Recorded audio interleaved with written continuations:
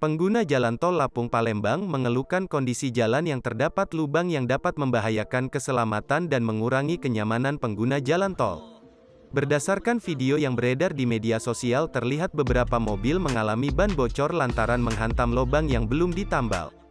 Ia berharap agar jalan tol bisa segera diperbaiki karena membahayakan pengendara.